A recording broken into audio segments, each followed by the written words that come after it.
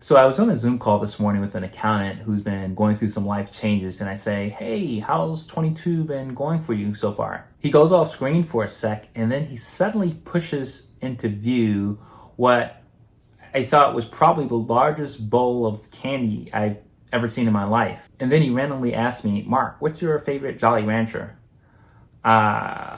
So I blink a couple times, I chuckle, and then I say, "Watermelon, why?" He says, "Mark, every time I'm in a new client meeting, I ask them, would you like anything? A coffee, tea, a Jolly Rancher?" Then he says, most clients say, "No thanks, but I used to love those as a kid."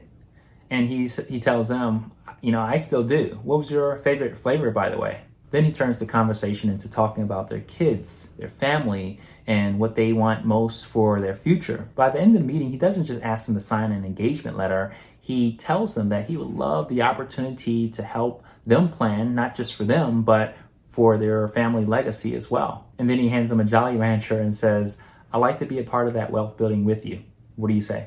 And he told me that, it doesn't close every client, but those that have come on board with him tend to be his best. So the moral of this story is it's not about you. Don't start a meeting with, how great your team is, how much your clients love you.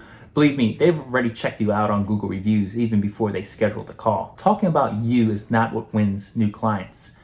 Eliciting an emotional response does. In this case, triggered by a bit of nostalgic candy. Now, I'm not saying go buy a bunch of Jolly Ranchers, that's his thing, but make sure you know what the client cares about most when you go into that meeting.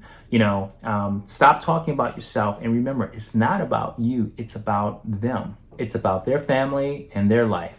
As soon as you realize that, you've already solved half of your client acquisition issues. Okay, if you found this helpful, I'd be grateful if you drop a comment below and tell me what's your favorite Jolly Rancher.